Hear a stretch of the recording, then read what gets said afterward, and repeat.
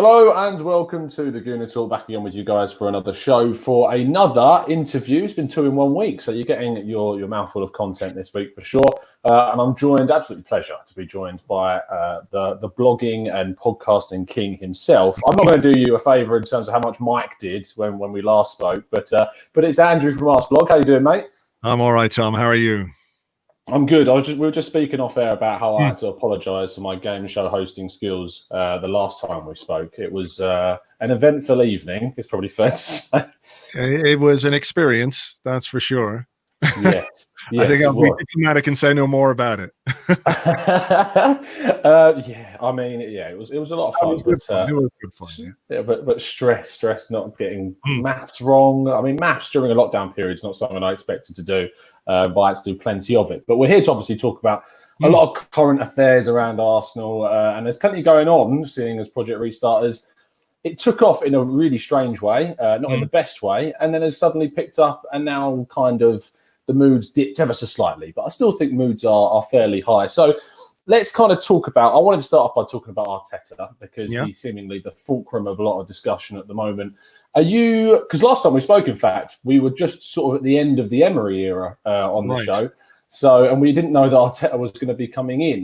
Now that he has taken over and is in full flow, what have your feelings around the manager been since he's taken over?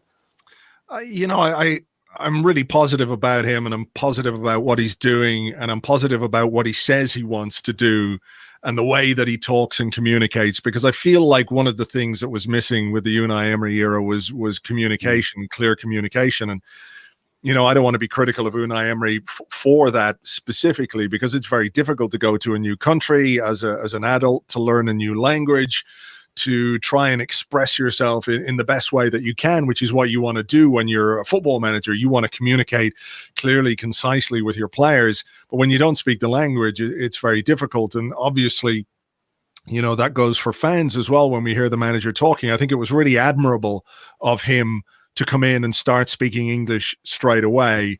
I do wonder, in hindsight, if maybe he might have been better served if he just used the translator for 6 months.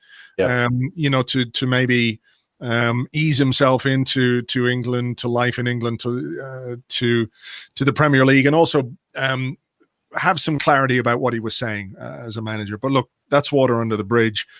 Arteta is really positive for me because I like what he says. I like what he says about the players and about what he wants from the players and what he wants from the team and what he wants from the club, because it I don't know about you, but it resonates with me, because there are things that I feel maybe have been missing, that, addressing key issues within the squad in terms of what's expected from them, their commitment, what we want to see from them on the pitch. It's not just running around, but it is the effort, the endeavor, the willingness to do what the manager is saying. So, it was always going to be a bumpy road, because you look at the circumstances he took over in, they're very strange. But I feel like, we're moving in a positive direction under Arteta. So I think it's very much a case of so far so good, and I'm optimistic about where he could take us if he gets the right backing. Yeah, and do you find it frustrating then when you see us, say, take a dip like we saw against Leicester? There were mistakes. The Brighton game was obviously a massive sort of it wasn't a goodly morning is the way to describe it, I suppose, talking with you. But there was so much backlash from Arteta, and I've noticed a lot of people already on the manager's back. Are you surprised at the backlash he's faced in such a short period of time? To be honest, I haven't seen a great deal of criticism of Arteta. I mean, I assume it's out there, because Jesus Christ could walk on water and there'll be somebody complaining that he's not doing it the right way. That's not how you walk on water. Damaging the ecosystem. Exactly. Yeah, there's always those people out there, but I haven't seen it. I think you have to sort of separate the short term from the long term when it comes to something like this. So when Arteta took over, people, and I know I said that, look, this 6 months that he has in the job between now and the end of the season are a big learning curve for him. It's not necessarily a free hit, because when you're at a club like Arsenal, there are expectations and there are standards that you have to meet. But it wouldn't be unreasonable to say that a rookie manager coming in these really trying circumstances, trying to make a team out of what looked like a horrible mess of players, was going to have a difficult job on his hands. So there are going to be days where it goes really well, and there are going to be days where it doesn't go really well. I think we have to just try and step back and look at the curve from a distance, if you like. So if we have a great win against Norwich, and that was very encouraging, 4-0 win against Norwich. If we're not quite as good in the next game, it's not a disaster. I just think the overall trajectory of what he's doing is going very much in the right direction. I think there are going to be some difficult days. There are going to be some performances. There are going to be some issues that we have as a team, and he's going to have as a manager. But the idea that after 6 months in the middle of a lockdown, or just after a period of 3 months with a lockdown, people are calling for the manager to go, just seems absurd to me. It really is. Yeah, I couldn't believe it when I see something. I mean, you're lucky, it seems, that you haven't had to experience. I mean, we must follow some different people, it's fair to say, on social media. Look, I mean, people can at you as well, and there are people of course, with plenty of opinions, but I also do quite a lot of muting, so maybe I don't see it for that reason as well. True. Very, very true. I should learn, for sure. Valuable skill, trust me. Yes, I mean, it's just so tempting to not do it. That's where I fall afraid of it, I suppose. You know what, though? When someone says something to you, or they reply to a tweet or whatever, and you're reading it and you're going, "This is stupid." Yeah. You have to sort of say, what is the point in me replying to that? Why should I give that person any of my time? Because you're not going to talk them around. And they're probably scattergunning that opinion to like 10 or 20 accounts, and they're just looking for bites and looking for nibbles. So my advice is don't. Yeah. It's just free a waste therapy. of your This is time. great. Yeah. I'm loving it. In terms of like individuals then in Arteta's team, because the thing that I picked up on what you were saying is about how he's changed the sort of feeling around the team. They're more together. And I could sort of the best image I saw was the game against Sheffield United in the second half drinks break, where you could see Arteta was just Aubameyang and some of the other players around him were just so in sync with what he was saying and listening to him clearly. But other performances there have been of players that we've criticised for a long time, and I know that you have found difficult to talk about positively on your show sometimes, being Granit Xhaka and Shkodran Mustafi, who I feel those two have been such better players under Arteta. Do you think there's now an argument that, not to say we were too harsh in criticising, because the criticism was completely justified, but is there now a way back for these players amongst even the harshest critics amongst the fan base? Maybe not amongst the harshest critics, but I suppose what it tells us is that nothing is definitive in football. That what you think is a sure thing one day can be completely turned around the next. Like Xhaka's situation, when you look at, what happened against Palace that day, and I tried to take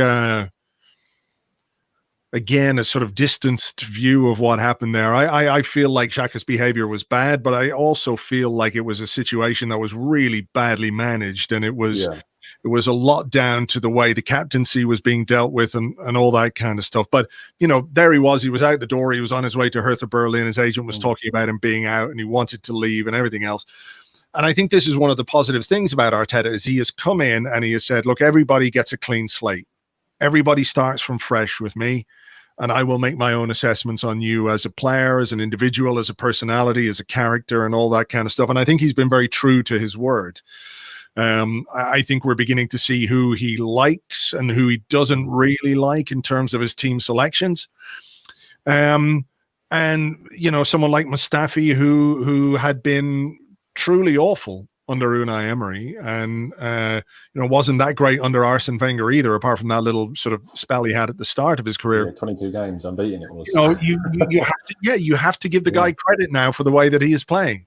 You have to. I mean, he had that mistake against Chelsea, but apart from that, he's been very good. And that's not an easy thing for a player who was in his position, because the club basically told him last summer, find a new club, go somewhere else. We do not want you. We do not want you. That's a difficult thing for a professional footballer to hear.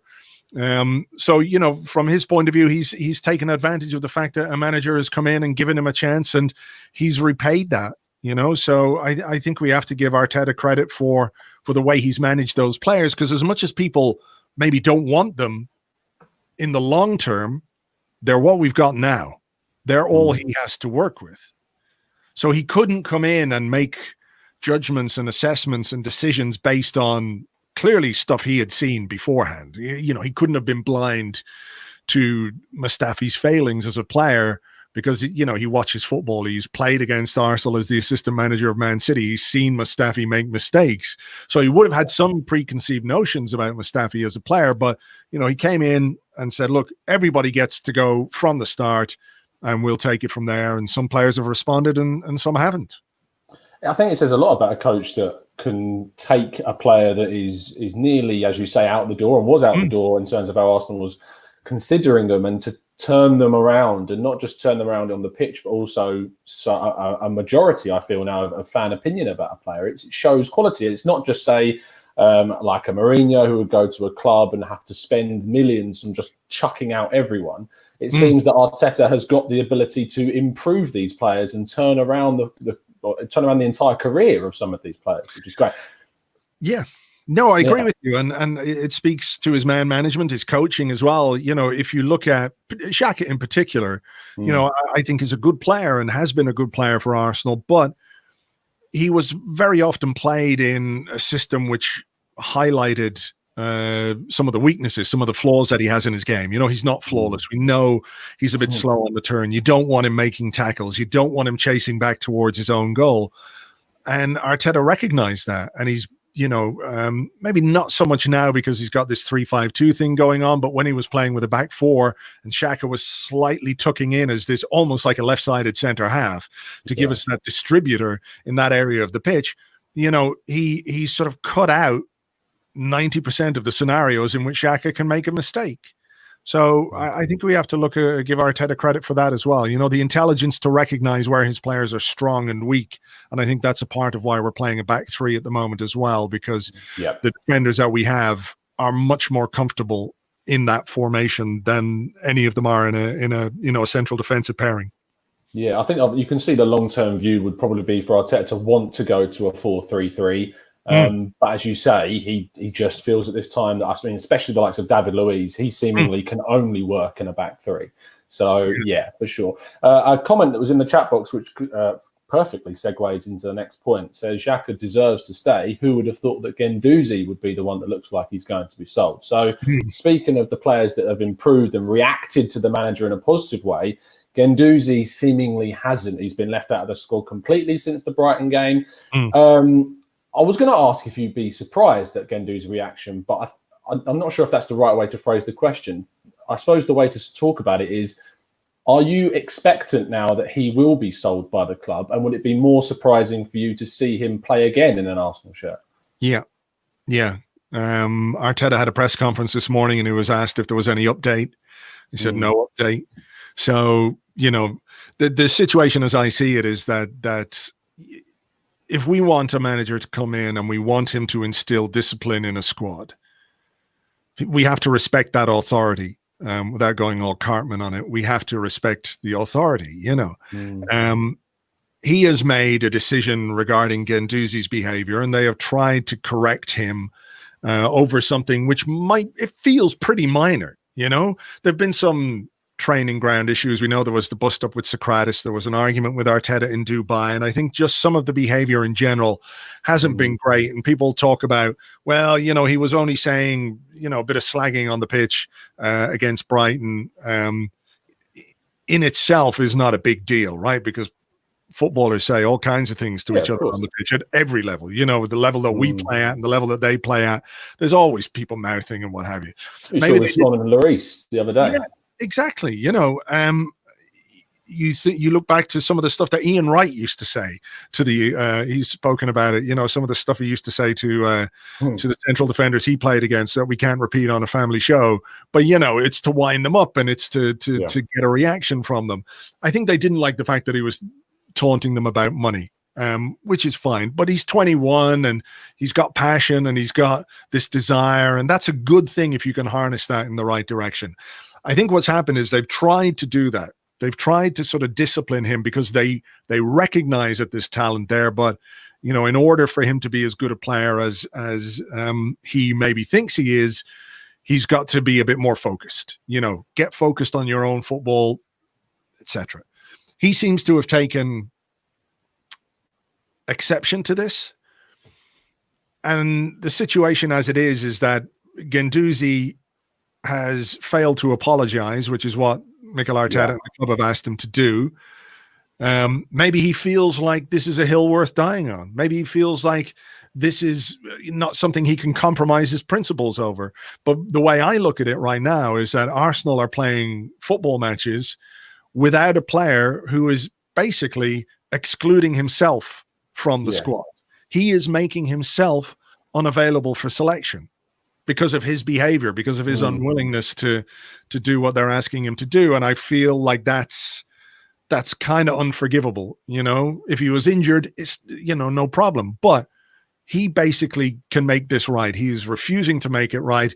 And the consequence of that is that we have a slightly shallower squad. And, you know, Guendouzi is a good player. I don't think he's quite as good as everybody or some of the people were saying early on. I don't think he's quite that good. I think there's potential there. But, you know, he hasn't shown anything close to the kind of stuff on the pitch that we would need him to show to tolerate behavior like this. So there's a long answer, but at this point, I would be very surprised to see him in an Arsenal shirt again, unless there's some kind of reconciliation or an injury crisis. I mean, you can never say never, as we just talked about with Xhaka and Mustafi, but of course, I'd be surprised. Again, referencing sort of things that I see across social media, it's split in the sense that a lot of people will say that they love Guendouzi's passion, his commitment, the fight on the pitch. I mean, the videos we've seen of him outside of his car, like shaking his arms around after a North London derby, and that's all great. But you have to marry that with responsibility, with the class of playing and knowing what club you're playing for and how to be a role model as well. And I think maybe that's what gets lost amongst the passion and desire that people want to see. And people want to see it often because we've not seen it that much at this Arsenal club from plenty of players. We've not had that same connection to players that we might have done in the past. So when a player comes along and is as passionate as Guendouzi, I think that a lot of fans will struggle to sort of detach themselves from that link to actually thinking more reasonably about the behaviour that he's showing. Yeah. Do you think that's a fair assessment? Sure. I mean, I don't really have any problem with a player winding up an opposition player. I quite like it. I think we need a touch of the bastard. You know, there is an element of Arsenal being a bit too nice at times. So, you know, to have players who are spiky characters and, you know, who are willing to, you know, go to bat for their teammates and all that kind of stuff. You know, I've got no problem with that whatsoever. But this isn't just about that from a Guendouzi point of view. I mean, maybe we'll talk about him, or maybe there's a question about him. But Kieran Tierney, does anyone doubt his passion? Does anyone doubt his commitment on the pitch, his desire to win and to, you know, to get stuck in for Arsenal? Nobody does. But he's not getting involved in training ground bust-ups and having arguments with the manager and that kind of stuff. So, you know, it's about respect, and it's about Arteta creating a culture in which people are accountable. That's a really key thing. It's what he said all along, that people have got to be accountable. And he wasn't just talking about his players, he's talking about everyone at the club. So whatever your behavior is, you are accountable for it.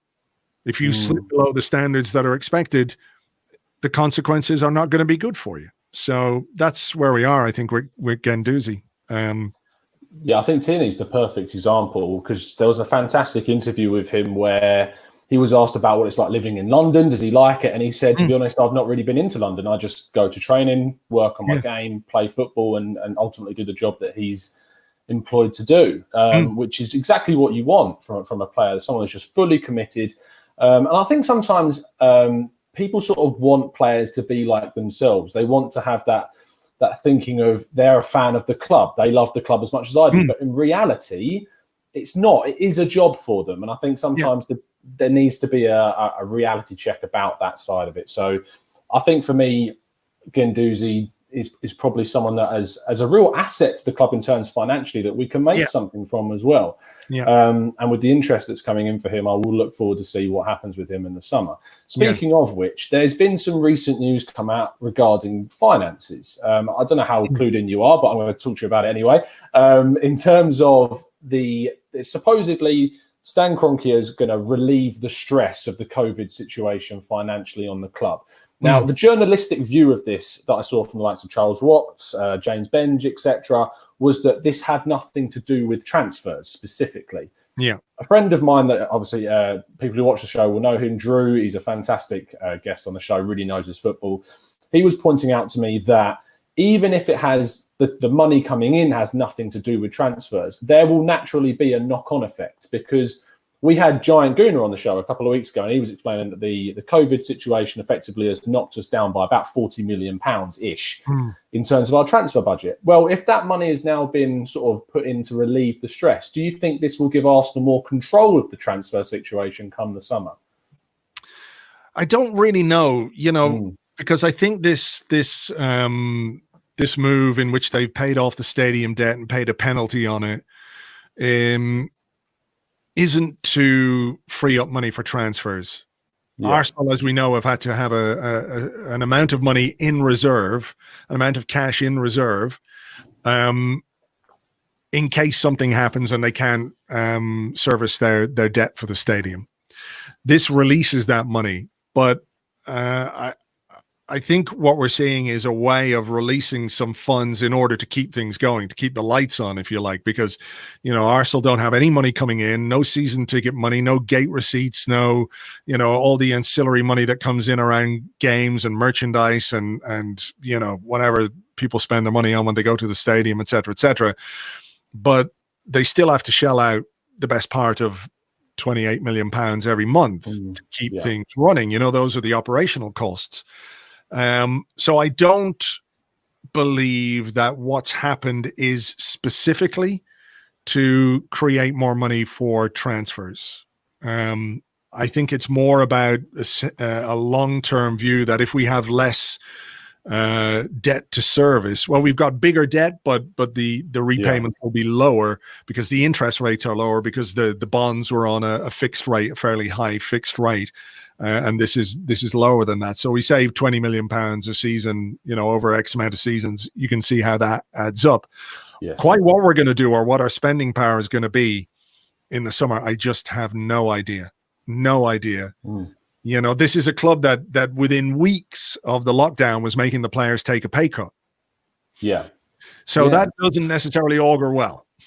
Do you think, though, that there's obviously other clubs like Liverpool and Spurs were heavily criticised for the way they furloughed staff, and that players would? So it's a case of everyone's sort of in the same boat. And do you expect sort of transfer fees to be less then this season because everyone's in the same boat, or do you still think we'll see the mega price? I mean, Barcelona obviously are very well noted of wanting to go for Neymar, and I can't see that being a fee that would be basically reduced by the situation. But or do you feel that everyone will be in the same boat and we will see a much lower transfer fees this summer?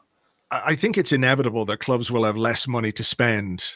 It won't change the desire of clubs to bring in new players and to rebuild their squads and to improve their squads and to move on players. So I think it seems inevitable that if there is less money, there'll either be fewer transfers or prices go down. There hasn't been much evidence of prices going down yet, but then the market isn't open, Chelsea has spent money that they can afford to spend, by reaching the buyout clauses of some players. But, Chelsea are a different beast. I suspect we will see a lot of swap deals, a lot of player exchange deals, like player plus a few million or a few million plus a player or what have you. I think that will be quite prevalent. I know that a number of agents have spoken about this and said that that's kind of what they expect from the market when it opens. So they would be not a step ahead of the game, but they'll be talking to clubs, they'll be talking to potential suitors and buyers and knowing what clubs have got to spend. So I think we're going to see creativity in the transfer market, that maybe we haven't seen before. And maybe you swap a player for another player and the two values pre-COVID don't necessarily match up, but to make it easy for expediency's sake, they do the deal. I'm fascinated actually by what's going to happen. And I do feel as well, like from an Arsenal point of view, we have billionaire owners. Our owner is a billionaire. I know he's a bit strapped for cash for this stadium that he's building, but if you were ruthless, if you were truly ruthless, and if you were really committed to getting Arsenal back to where you say you want them to go, this feels a little bit like an opportunity in terms of, taking a little bit of a shortcut, because other clubs won't be able to spend as much. Other clubs won't be able to resist offers for their best talent. Because, hypothetical situation, there is a club, they've got a very, very good young player. They want to keep him, but they don't have any gate receipts. They don't have any income. They don't have any money that they were expecting, and they still have to pay all their staff and everything else. Club like Arsenal, let's say, with very rich owners, comes in and says, well, we'll give you this. That'll keep you going for X amount. I know it's a bit less than the market value. So there is potentially an opportunity in this crisis if the owners are willing to work it. That is the caveat, and that is the $1 million question. I wouldn't put any money on it. No, to be honest. But you can see how if they were willing to just take the risk, maybe that they could. I think you would accept, and people watching would accept, that Arsenal are in a rebuild, right? And it might take us 3 or 4 seasons to get to where we want to go, but maybe we could cut a season out of that if we act with a certain amount of ruthlessness and try and take advantage of some of the problems that other clubs have had. Maybe that's not nice. No, but you have to, who cares at the end of the day? But we need to do what's best for us. And ultimately that's, I've never actually really considered it in that sense of looking at it so selfish. Maybe I'm just not as selfish as you. I'm only thinking about what's best for Arsenal, please. I'm a very, very humanist guy, really. Yeah. No, but I've never considered thinking about the COVID situation, I suppose, how to manipulate that and how clubs will need that financial backing for sure. I think it's definitely an avenue that Arsenal should be clever about. And then, yes, as we mentioned, the caveat with Arsenal being clever in the transfer market comes to mind. Last point, conscious of the time, I'll try and combine these two into one. There was one question in the chat box that came from Avon Tellington, amazing long-time listener of the show, and he says, do you expect us to keep Aubameyang? And I kind of wanted that to combine with the other player that's joining us this season. So it could be a case of 1 in, 1 out, hopefully not, with Saliba as well. And you've got this young guy coming in with loads of pressure on him as soon as he enters the door, effectively, because of our centre-back situation. And then you've got this experienced guy that wants more money, but is of an age which has been controversial for us to sign players on to big wages. How are you feeling about both of those situations? Saliba, I think we have to be realistic about.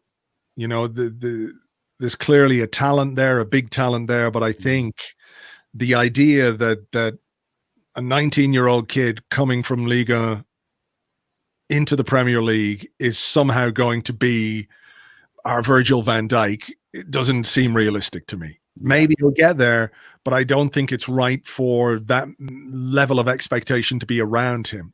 I don't think it's necessarily healthy. So I do hope that when he arrives, people remember how old he is. People remember that, think about someone like Laurent Koscielny, who came after one season in the top flight in France, but had been playing, in the French second division. He came at 24, and you would say it took him a little while to settle into becoming the great defender that he was for Arsenal. That guy that when he was in the team, you immediately felt better. So there's a need to be realistic about what Saliba can do and how quickly he can do it. So, I'm as excited about him as anybody else, but I think, I'm not going to heap expectation and pressure on him just because it doesn't make any sense to do that. Aubameyang, I'm a little, I'm sort of, I understand the caution. I understand he's 31. Do we give him the big money deal? Look at what happened with Mesut Ozil when he got his big deal, et cetera, et cetera. I think it is slightly different, though. I think Aubameyang is a hugely productive player for us. He scores lots of goals. We don't really have anybody who can score with that kind of frequency at the moment. And if we were to sell him, who do we go out who can replace those goals? And how much do we have to pay to get that player? And how much do we have to pay him in wages? It's probably substantially more than just paying Aubameyang that contract over the course of 3 years. So am I confident that we're going to keep him? A few weeks ago, I would have said, I'm pretty certain he's going to go. Now I feel a little more positive because I think there have been good noises coming out, certainly from Mikel Arteta, about what he wants to do and the discussions that he has had with him. I would have reservations about the people at executive level, though, whether they're willing to push the boat out or not, and maybe what happens with Ozil this summer is a factor.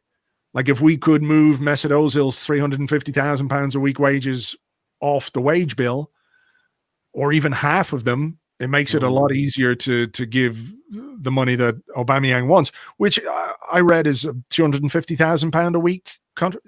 It's 50,000 more than he's on right now. When Ozil, it's about 38 million across 3 years. Yeah, Ozil's jump was 140,000 to 350,000. Yeah. That's a much more significant pay rise. Crazy.